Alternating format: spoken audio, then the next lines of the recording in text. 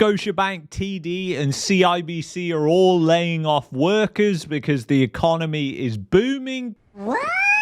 TD releases a report which shows how immigration has worsened the economy in Canada. Our standard of living as a country, Canadians, is going to be lower than it otherwise would have been. And we're going to get into all the rest. The condo market is just absolutely collapsing. And it's not even me saying that anymore. It's actually the experts themselves who are coming out and saying it. The condominium market is absolutely dead right now. So let's start off with this. Scotiabank lays off staff across Canada as it streamlines costs. And just think, why didn't they just blame it on AI? Blame it on AI. I mean, that's what everyone else is doing. Hey, we'll be in Timbits, eh? What? Oh my God, yeah! Just blame it on AI, because that is what most companies are going to be doing in the next year or so. They'll be blaming all the layoffs on AI. So they're laying off staff across its Canadian banking unit, part of the lender's continued efforts to adjust its businesses through its multi-year turnaround plan. In recent weeks, the bank has been shedding roles as it recognizes the division to accelerate the execution of the strategic refresh it launched in late 2023. And that's just because everything is going so great at this bank. Today marks an inflection point in our quest to build a better, more profitable Canadian bank. One that we are creating together for the benefit of our clients, our teams, and of course, most importantly, our shareholders. So it's really interesting what's going on at Scotiabank, because anytime a company is coming out and they're laying off workers and they're trying to spin that in a way that is positive, it's just absolutely hilarious. And then you've got TD Bank, they're cutting another 575 jobs, closing a major call center, and obviously those jobs are likely being offshored to somewhere else where they'll do them for much lesser cost than in Canada. But let's get into the condo market and what's going on, because even the experts now and people in the industry are just calling a spade.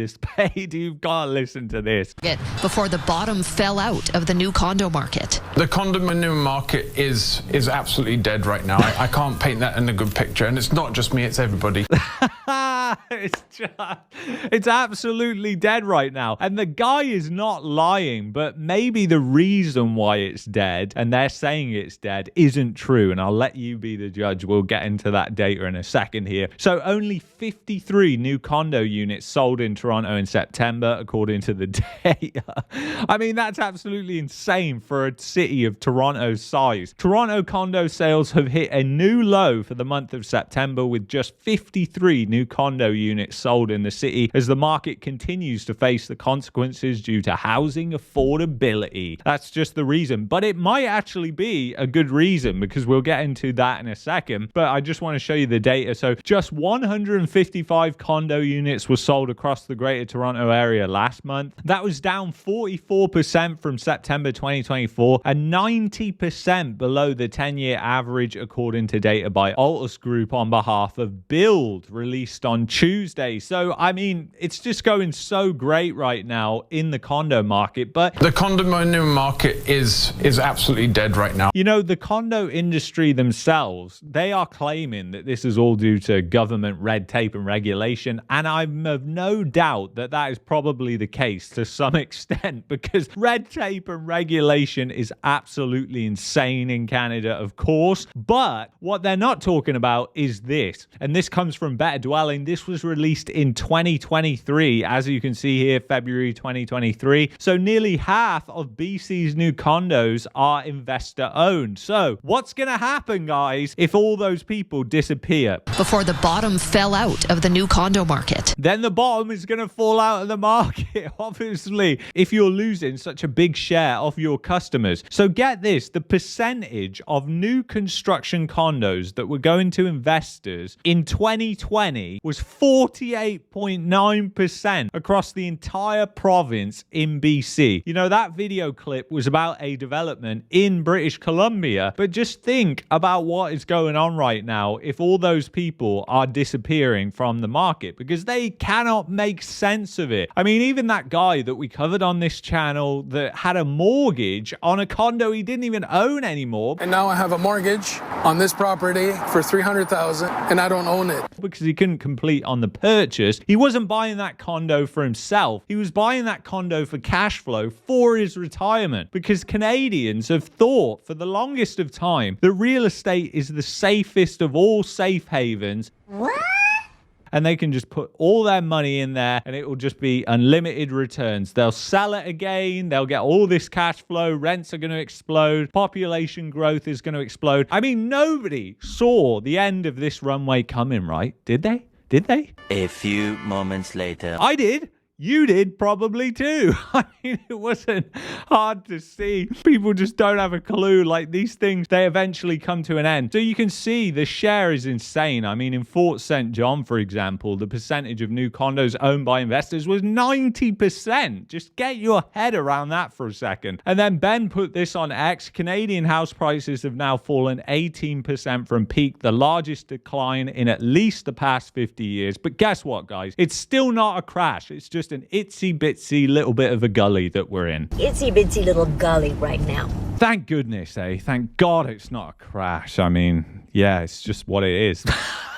It's just absolutely hilarious. Anyways, even after that decline, house prices have outpaced incomes by the most of any OECD country since 2000. And take a look at this. Absolutely crazy. So price to income ratio, and basically you look at Canada, sure, it's come down here, but look at the rest of these countries here. They're way, way, way down. I mean, Australia is only the one that's close here. Even New Zealand isn't even on this list for some reason, but that would be a great comparison. But you got the UK, the US, which has housing prices at all-time highs right now. You've got France, Spain, Ireland, Germany, Italy, Japan, you know, all these countries. But you look at Canada and still it is the amount of income that you have versus the cost of the house that is really important. And that's what people don't think about. You cannot just have home prices go up indefinitely when people's incomes are not rising at the same pace, and they're just growing at a such smaller pace than that, because that means something is filling that void, and what's filling that void is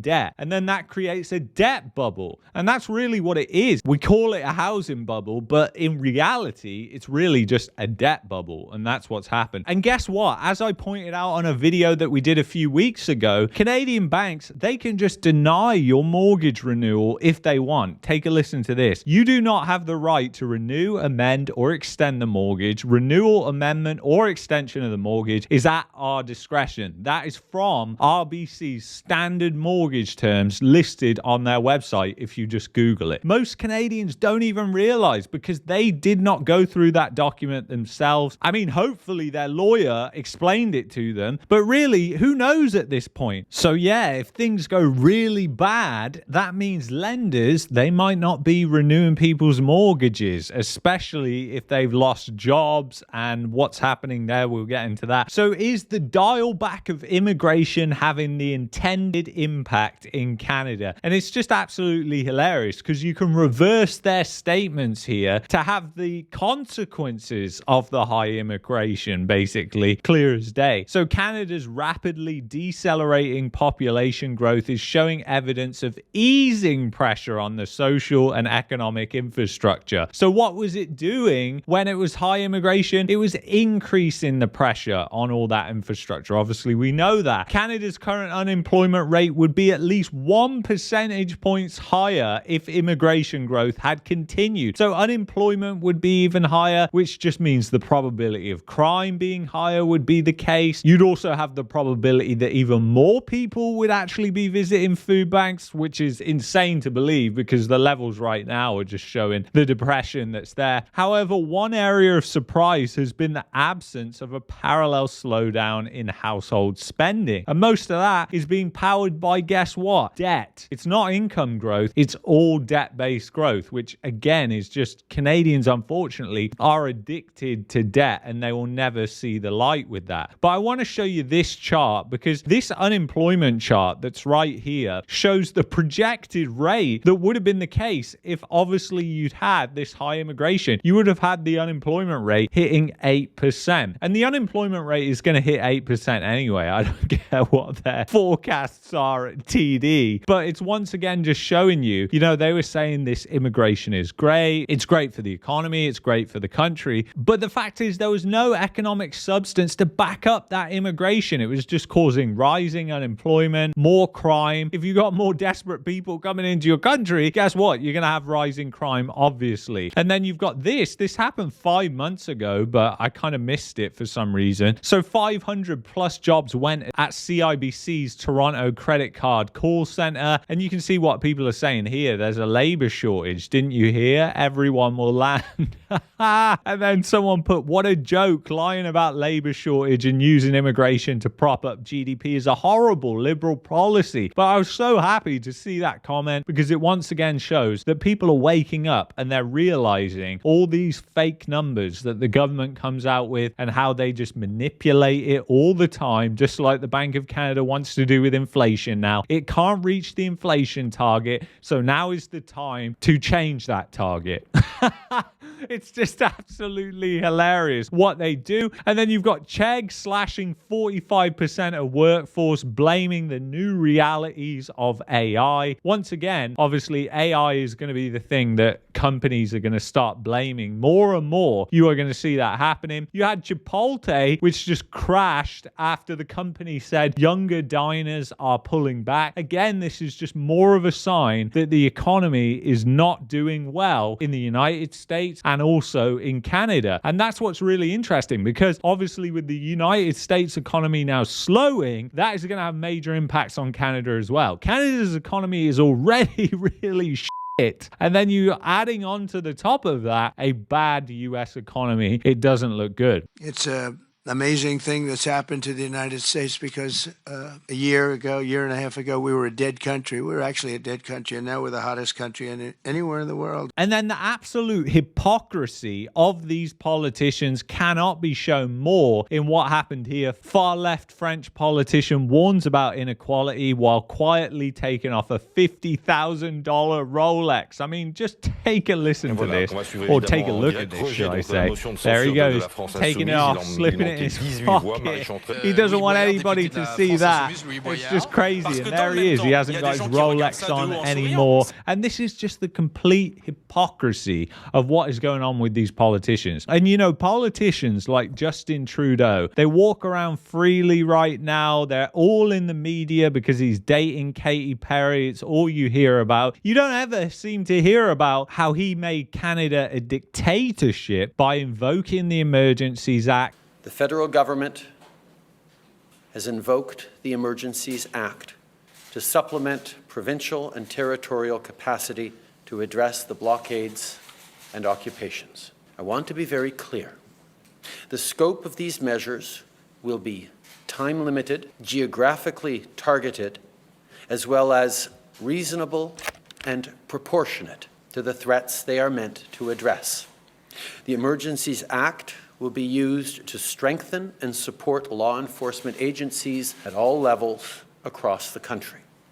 This is about keeping Canadians safe, protecting people's jobs, and restoring confidence in our institution. These tools include strengthening their ability to impose fines or imprisonment. The government will designate, secure, and protect places and infrastructure that are critical to our economy. You don't hear anything about that. People don't care about that anymore. Just Katy Perry. Oh, he's dating Katy Perry. This is fantastic. Or this is shit. Whatever you want to call it, but just forget about all the previous crimes that he's committed. And these politicians, they just continue to do it. But what we've got to remember here is the condo market is collapsing right now. And obviously the reasons that they're giving you for why it's collapsing, they're not true at all. You need to remember that most of this was investor growth, and it wasn't immigration like they told you. It was investor growth. We saw the price action that completely blew apart the narrative of immigration And obviously you saw that particularly in 2020 and then again in 2022 and 2023, that obviously immigration wasn't what was causing it. Obviously it puts tailwinds and headwinds on it through the rental demand, but it wasn't solely immigration. So the story is changing on immigration. Going to be interesting to see how it evolves. I want you to let me know, what do you think of this? Do you think immigration should continue? Do you think immigration should be stopped? Do you think it should be toned down massively? Let me know in the comments. I'll be there reading your comments. I want to thank you for watching this. If you've enjoyed this, I would highly recommend you check out this playlist here. And then if you're looking for a VPN and also want to help support the work for the channel, then go to expressvpn.com/marketmania. Been using them now for 6 years. I will see you in the next one. Take care, guys.